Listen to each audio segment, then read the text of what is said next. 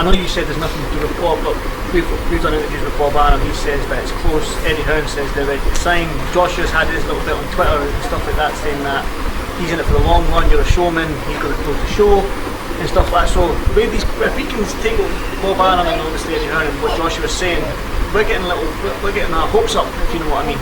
But on your side, Tyson Fury's side, you said there's nothing to report. Well, let's break it down, shall we? Okay. To bare minimum. Eddie Hearn's a boxing promoter, so is Bob Arum. It's our job to sell the fight. Joshua is saying what he's saying. I don't know what he's saying. I'm not on social media at the moment at all. So whatever they say is very unimportant to me. Until I've got a date, a fight, and a hell of a load of money in my pocket, there's no fight.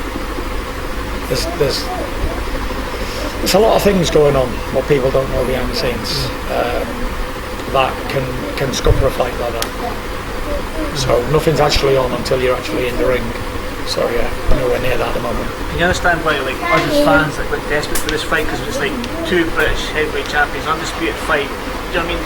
For selfishly as boxing fans like me and everybody in here, we're looking at you and going, please give us some good news and stuff like that. Selfishly, I mean, like, but we want the fight. I'm guessing that you definitely want the fight. You've called for Joshua for long enough. So what can you do on your part, if anything?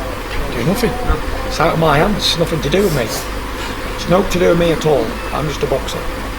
There's a lot of things behind the scenes going on, like I say, that can alter a fight. Do I think I'm going to be fighting Joshua in the next 10 minutes? Hell no. Do I think the fight will eventually happen sooner or later? Yes. It has to happen. But do I think it's imminent?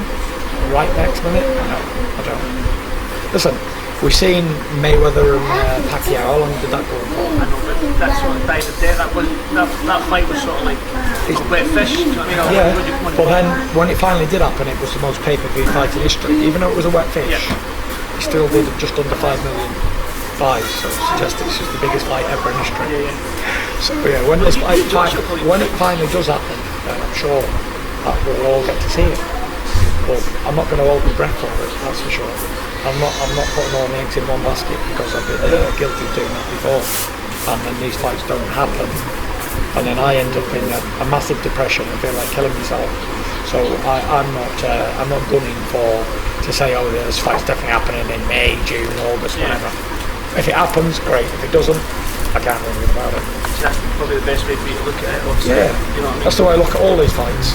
Wilder's, anybody. So I'm open to fight Fred Flintstone and his cousin.